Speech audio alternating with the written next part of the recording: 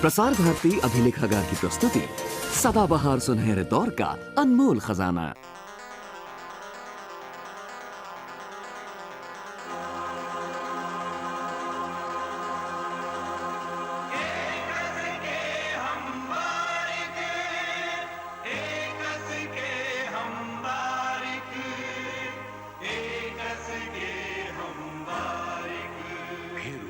आखिर सदा तौहीद की पंजाब से, हिंद को एक मर्दे कामिल ने जगाया ख्वाब से। आओ करें सजदा नानक आलम पीर को, कामिल रहबर गुरु को, फकीरों के शाह फकीर को। आओ करें सजदा नानक आलम पीर को। एक पिता एक के हम बारिक, एक के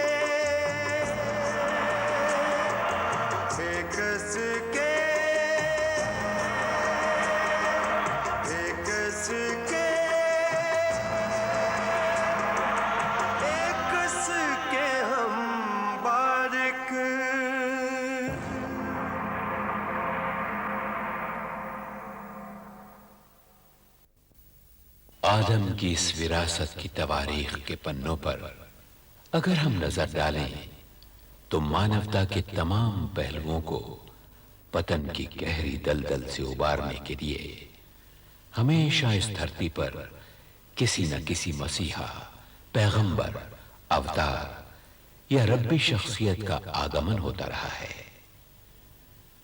तारीख आज भी उस तारीखी मकाम की चश्मदीद गवाह है जब इंसान खुद अपने ही दिलो दिमाग से पनपे जात पात, ऊंच नीच, छुआछूत, आडंबर और ब्रह्मजाल के गहरे अंधकार में गर्क होता जा रहा था,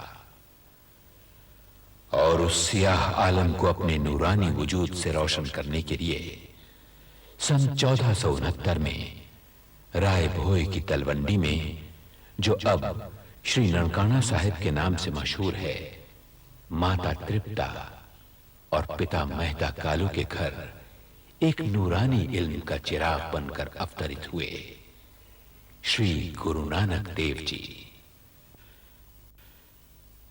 उन्हीं के मुख से रब्बी नूर से संवरी हुई घड़ी में अमृत वाणी को मिल गया अपना सच्चा मूल मंत्र, एक ओंकार। श्री गुरु नानक देव जी ने अपने अनुयायियों भाई बाला और रब्बाबे मर्दाना के साथ शुरुआत की एक ऐसे सफर की जो उफक तक ही महदूद न था, जिसे श्री गुरु नानक देव जी की 4 उदासियों के नाम से जाना जाता है। इस सफर का पहला पड़ाव था लाहौर के नजदीक स्थित सैदपुर, आजकल जो अहमदाबाद के नाम से मशहूर है।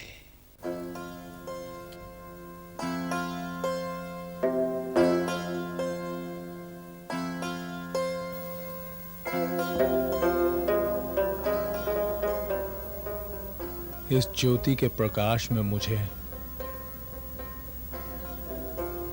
गुरु महाराज का दिव्य रूप दिखाई दे रहा है। कितने प्यार से उन्होंने अपने हाथों से इसे जलाया था।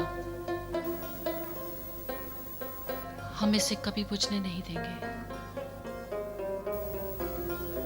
तू बुझने की बात करती है भगवान? इस ज्योत का प्रकाश तो सारी दुनिया में फैलेगा। सच है।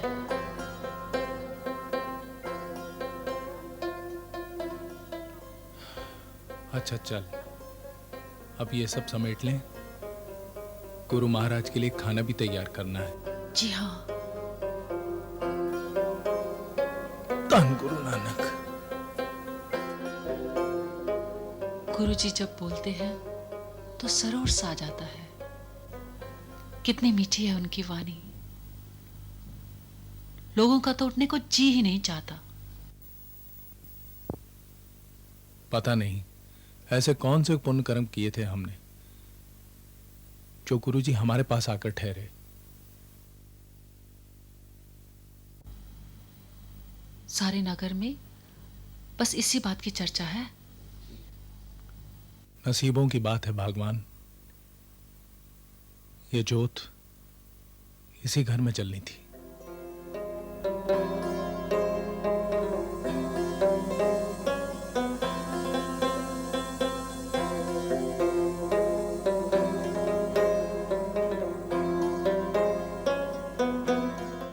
मौजू, मौजू, अरे खैर तो है, किले सांप की तरह खड़े हो। रबाब की धुन सुन रहे हो? हाँ, सुन तो रहा हूँ। मैंने अभी अभी यहाँ से पीर फकीर को जाते हुए देखा है, जो लालो के घर ठहरा है। उसका साथी रबाब बजा रहा था। मैं तो देखता ही रह गया। वो तो कोई रब्बी कौतुक है। लगता है उस पीर फकीर ने तुम पर जादू कर दिया है। तो ला, वो देख रहे हो, जंगल की तरफ से आती हुई रोशनी, ये उन्हीं गुरुजी के रूप की रोशनी है। मैंने गुरुजी को अपनी आंखों से देखा है। लालो नसीब वाला है जो सूरज उसके घर निकला। अरे मूर्ख, सूरज गरीबों के घर नहीं, अमीरों के घर निकलता है। तुम भूल रहे हो, सूरज जब निकलता है वो अमीरों के महलों और गरीबों की झोंपड़ियों में भेदभाव नहीं करता। मौजू, जो गधा है ना, वो गंगा जाकर भी गधा ही रहता है। हम लोगों ने तो सारी उम्र मिट्टी ढोनी है। हमारा जन्म इसीलिए हुआ है। मिट्टी ढोने का मतलब ये तो नहीं कि ईश्वर ने हमें दिमाग ही नहीं दिया। हम भी सोच समझ सकते हैं, ईश्वर का नाम तो ले ही सकते हैं। सुना है फकीर बादशाह ऊंच नीच नहीं मानते। कहते हैं आदमी के कर्म ही उसे ऊंचा नीचा बनाते हैं। अरे तुम्हें ऐसी अच्छी अच्छी बातें कहाँ से आने लगी? तुला, सारे नगर में अब इन्हीं बातों की चर्चा है। क्यों ना हम भी रोज सुबह लालो के घर जाया करें। कहते हैं फकीर बादशाह बड़ी अच्छी अच्छी बातें बताते हैं। तू कहता है तो जरूर चलेंगे। अरे पर अपने गधे तो संभाल, अगर मलिक भागों के खेत में चले गए तो जान को मुसीबत हो जाएगी। बाबा के बोलों से तो सारी भूख ही मिट गई। वो जो बात बोलते हैं दिल में उतर जाती है। चेहरे से नूर टपक रहा था। मुझे सबसे अच्छी बात ये लगी कि उनके पास बैठा हुआ आदमी अपने को छोटा महसूस नहीं करता।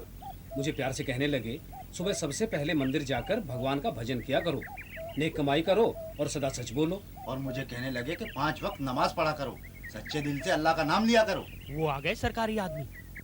आप लोग कहाँ से आ रहे हैं? भाई लालो के यहाँ से। क्या करने गए थे वहाँ? पीर बादशाह के दर्शन करने। तुम लोग अपना वक्त खराब कर रहे हो। अहलकार जी, आप भी एक बार होके आइए। सुनने और देखने में बहुत फर्क है। यकीन मानिए हजूर, बड़े पहुंचे हुए संत हैं। उनके दीदार से आंखों में नूर और दिल में सरूर पैदा होता है। ठीक है, देखेंगे। पहले किसानों के घर जाकर मलिक साहब के हुक्म की तामील करवा लाएं, उसके बाद वहां भी देख लेंगे। कौन सी देर लगेगी, उधर से निकल के चलते हैं। कल कचहरी में बात हो रही थी कि लालो बढ़ई के घर सुल्तानपुर लोधी से एक अजमत वाला फकीर आया हुआ है। इसमें हैरानी की क्या बात है? लोग कह रहे थे कि फकीर बेदी खत्री कुल का होकर भी एक बढ़ई के घर में ठहरा हुआ और एक डूम मिरासी को हर वक्त अपने साथ रखता है। इससे क्या फर्क पड़ता है? अरे साधु फकीर कोई भेदभाव तो रखते नहीं। हमें तुम्हें कोई फर्क नहीं पड़ता, लेकिन जाकर पूछो पंडितों, अहलकारों और काजी से, उनकी नजर में तो अनर्थ हो रहा है। कयामत आ गई है, कयामत। सचमुच पहुंचा हुआ फकीर होगा जिसकी चर्चा राज दरबार तक पहुंच गई है। लालो के घर चले? चलो।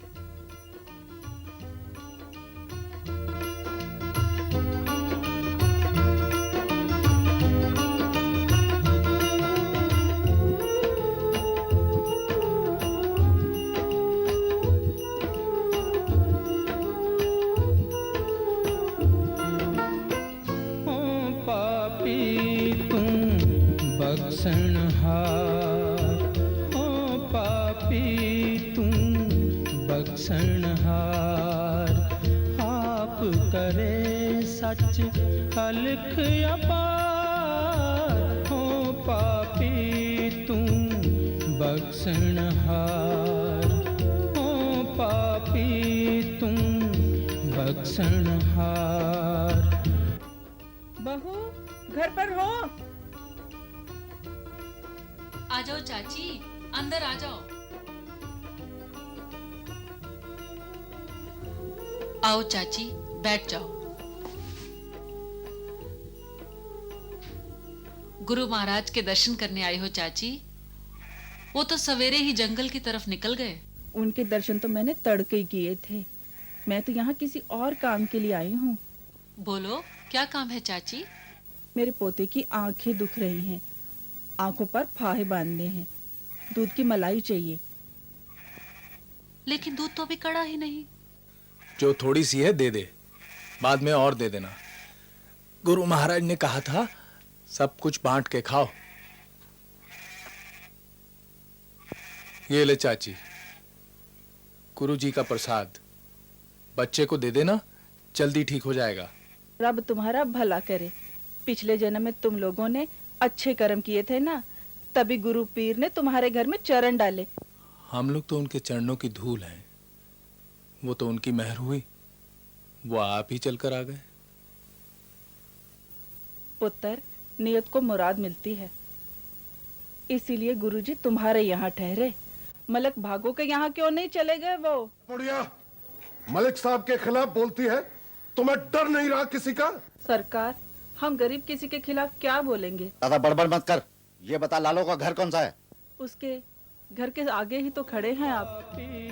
तू बख्शनहार हो पापी तू बख्शनहार।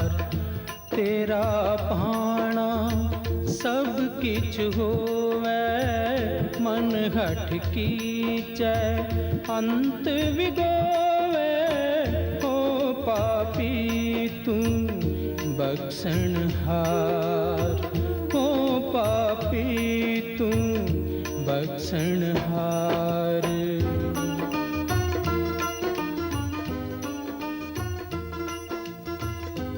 ये नानक पीर है?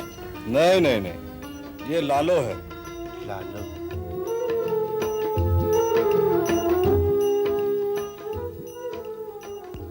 लालो, लालो,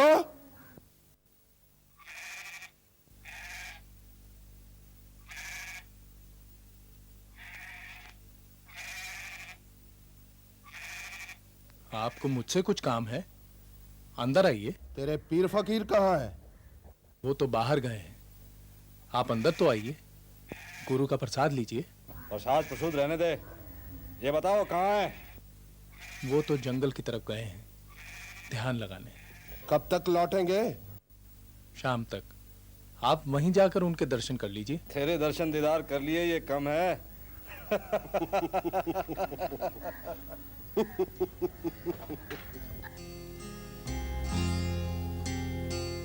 क्यों कहा इन्हें अंदर आने के लिए? हम छोटे लोगों के घर आने से ये लोग भ्रष्ट हो जाते हैं। इनकी बातों से दुखी मत हो, हम शूद्र ही सही, तू गुरु के शब्द हमेशा याद रख। नीचा अंदर नीच जात, नीची हूं अति नीच, नानक दिन के संग साथ, वड्डियों स्यों क्या रीस। सुनो सुनो सुनो, ध्यान देकर सुनो, सभी छोटे बड़े, आम और खास, मर्द औरत, अमीर गरीब, ध्यान देकर सुनो। हुजूर दीवान साहब मलिक भागो का खास ऐलान सुनो। सरकारे वाला की तरफ से अपने पितरों के श्राद्ध निर्मित सालाना ब्रह्म भोज दिया जा रहा है। सैदपुर के सारे ब्राह्मणों, शूद्रों, क्षत्रियों, वैश्यों और तमाम साधु संतों से विनती की जाती है कि वे इस ब्रह्म भोज में शामिल होकर सरकार का मान बढ़ाएं। अगर कल किसी घर में चूल्हा जला तो उसे दीवान मलिक भागो की तरफ से हुक्म अदूली समझाया जाएगा और चूल्हा जलाने वाले को सरकार की तरफ से सख्त सजा दी जाएगी।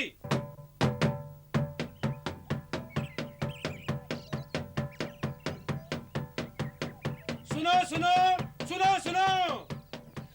वाह भाई वाह, क्या बात है मलिक भागो की। ऐसे महादानी तो दुनिया में बहुत कम मिलते हैं। हाँ भाई, गरीब गुरबा का कितना ध्यान रखता है। शराब के बहाने सबको रोटी देता है, साल भर की भूख मिटा देता है। ओ चाचा, एक दिन जरूरत से ज्यादा खाकर क्या साल भर की भूख मिट जाती है? साल भर पाप करने के बाद मलिक भागो उससे छुटकारा पाने के बहाने ढूंढता है और ब्रह्म भोज करके लोगों का खैरख्वाह बनने की कोशिश करता है। ए, तुम आज कुछ जरूरत से ज्यादा बोल गए हो। जरा सोच समझ के बात क्या कर अमली। तुझे कितनी बार कहा है कि आसपास देखकर बात किया कर, खाम खा अंदर हो जाएगा। सच बात बोलने में कैसा डर चाचा। और फिर श्राद्ध का सारा अन्न तो गरीब किसानों से वसूला जाता है, और वो भी जबरदस्ती। अरे दीवान अपने घर के भंडार तो नहीं खोल देता ना। ए, चल भाग यहाँ से, नामुराद कहीं का। अरे अपने साथ हमें भी फंसाएगा। तू मुझे इसलिए भगा रहा है कि कहीं श्राद्ध का भोज ना तुझसे छिन जाए। इसके मुंह में तो अभी से ही पानी आ रहा है। अरे शर्म कर पापी, शर्म। तेरे दिमाग में तो फतूर भरा है। कल चुकी है, पता नहीं कहाँ से क्या क्या सिखाता है। भाई लालो के यहाँ जो पीर आया था, अगर तुम लोग उसकी बातें सुनोगे तो मेरी ही तरह बातें करने लगोगे। अच्छा चल चल जा, जा। मालपुड़े खाएंगे, मोटे होके आएंगे। मालपुड़े खाएंगे, मोटे होके आएंगे। मालपुड़े खाएंगे, मोटे होके आएंगे। ये मालपुड़े क्या होते हैं? लो, इसको ये भी नहीं पता। मालपुड़े घी में तल के बनाए जाते हैं, जैसे जलेबी बनती है। तूने पिछली बार नहीं खाए थे? मुझे मिले ही कहाँ थे? मिले तो हमें भी नहीं थे। जब हमारी बारी आई पूरे खत्म हो चुके थे। हमने तो बस खीर खाई थी। क्या झूठ में भी नहीं मिले थे? वो तो बड़े लड़के छीन के ले गए। इस बार तो मैं सबसे अगली पंगत में बैठूंगा। और अगर उन्होंने डंडे मार के पीछे हटा दिया तो?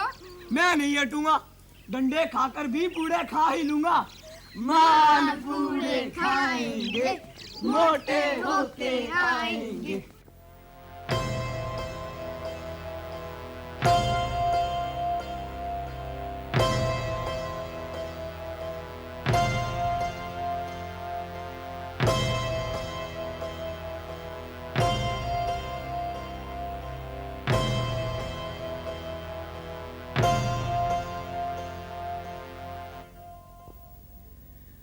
आप कहाँ चले गए थे?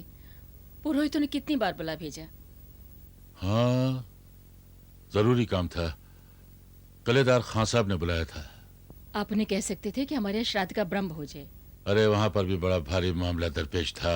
अच्छा, वो क्या? खबर मिली है बादशाह हिंदुस्तान पर हमला करने वाला है। सारे पठान घबराए हुए हैं। सुनिए, अभी ये सब चिंता छोड़िए, कपड़े बदलकर यज्ञ में बैठिए। वहां सब लोग आपका इंतजार कर रहे हैं। अच्छा।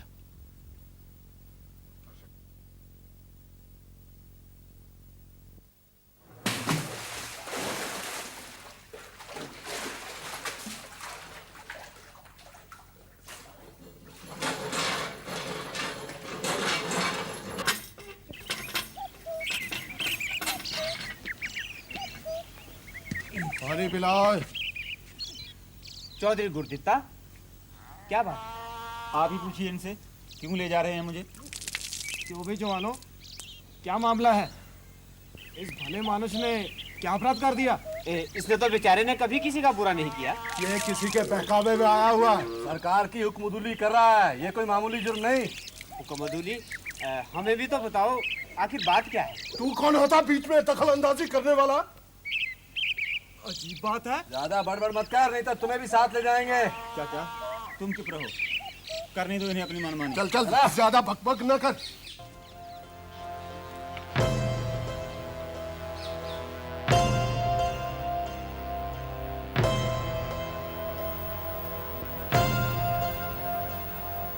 इसे क्यों पकड़ कर लाए? ये वो किसान है हजूर जिसने ब्रह्म भोज के लिए अनाज देने से इनकार कर दिया। इनकार कर दिया? इसकी ये मजाल? क्यों रे? क्या ये सच कह रहा है?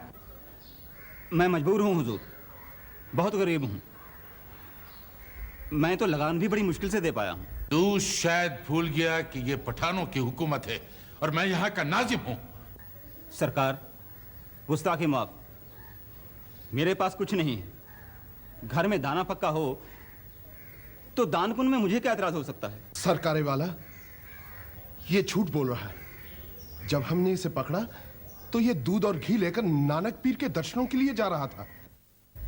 अब बता, ये भी झूठ कह रहे हैं? नहीं, ये सच कह रहे हैं। मेरे रचाए हुए यज्ञ से ज्यादा तेरे लिए वो पीर फकीर हो गया? बेशरम! क्यों? अभी जाकर इसका घर और इसकी सारी जमीन कुर्क कर लो। इसको ऐसी सजा दो कि दूसरों को इससे इबरत हासिल हो। ले आओ उसे। आज के शुभ दिन आपको ऐसा नहीं करना चाहिए था। भगवान का नाम लीजिए और सच थूक दीजिए। ये सब उस नानक पीर की करनी है जो इनको उकसाता है। नहीं नहीं, उस पीर के बारे में कुछ मत कहिए। हाँ। वह तो रब का बंदा है।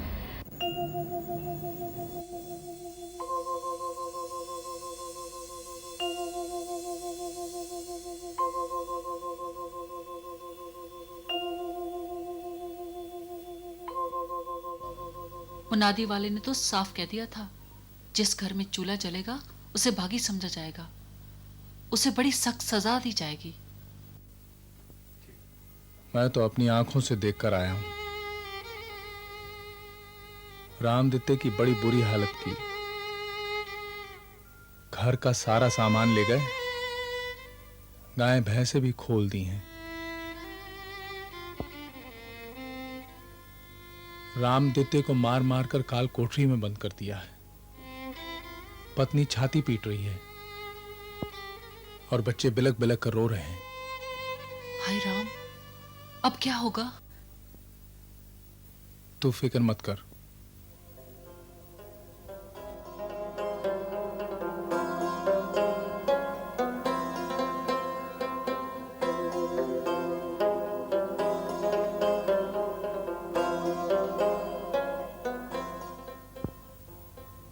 धन गुरु नानक। गुरु जी का साया हमेशा हमारे सर पर है।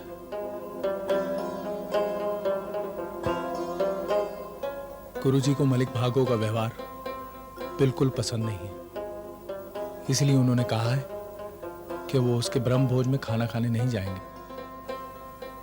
मुझे तो डर लगता है कि मलिक भागो कहीं गुरुजी को नुकसान ना पहुंचाए। हम गरीबों की तो कोई बात नहीं, लेकिन गुरुजी। तो गुरुजी की फिक्र करती है? भले ये लोग हैं, वो तो हमारी फिक्र करने आए हैं। चल, जैसा गुरुजी ने कहा है, चूल्हा जला। चूल्हा जलाऊं? हाँ, गुरु महाराज का नाम ले और चूल्हा जला। चल।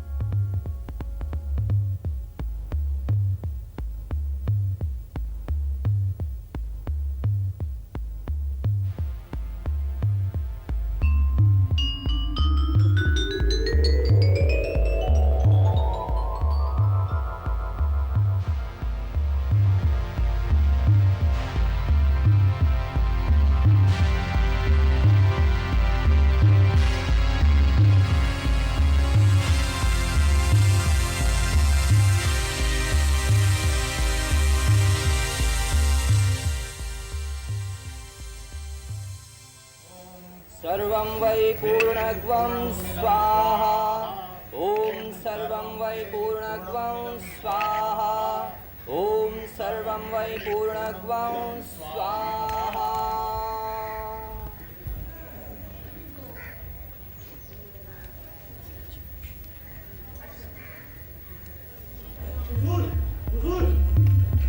गजब हो गया, सरकार की सरेआम हुक्मदुली। क्या हुआ? अब किसने नाफरमानी की? लालो के घर में चूल्हा जल रहा है हुजूर। उसकी घरवाली कोदरे की रोटी बना रही है। क्या तुमने अपनी आंखों से देखा? जी हुजूर, सारी गली में उसका धुआं फैला हुआ। इसका मतलब यह है कि उस फकीर को हमारा ब्रह्म भोज स्वीकार नहीं है। शायद वो इसका अंजाम नहीं जानता। जाओ और इसी वक्त उस पीर फकीर को हमारे ब्रह्म भोज में शामिल करने के लिए लेकर आओ, चाहे जैसे भी लाओ। जाओ रवि आओ। कलकत्ती राजे का साई तरम पंख कर उड़ रहा,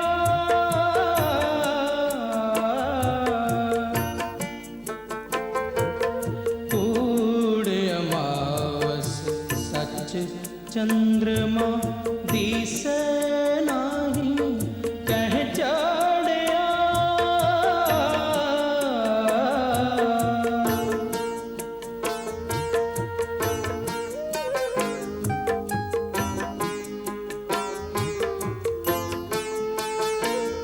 हो काल विकुन्नी होई अंधेरे राहो न कोई, विच हो में कर दुख रोई, कहो नानक किन विदगत होई, कलकत्ती राजे का साई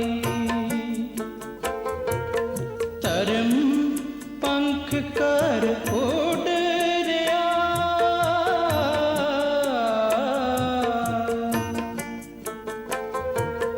कूड़ अमावस सच चंद्रमा दिसे नागी कह चढ़िया,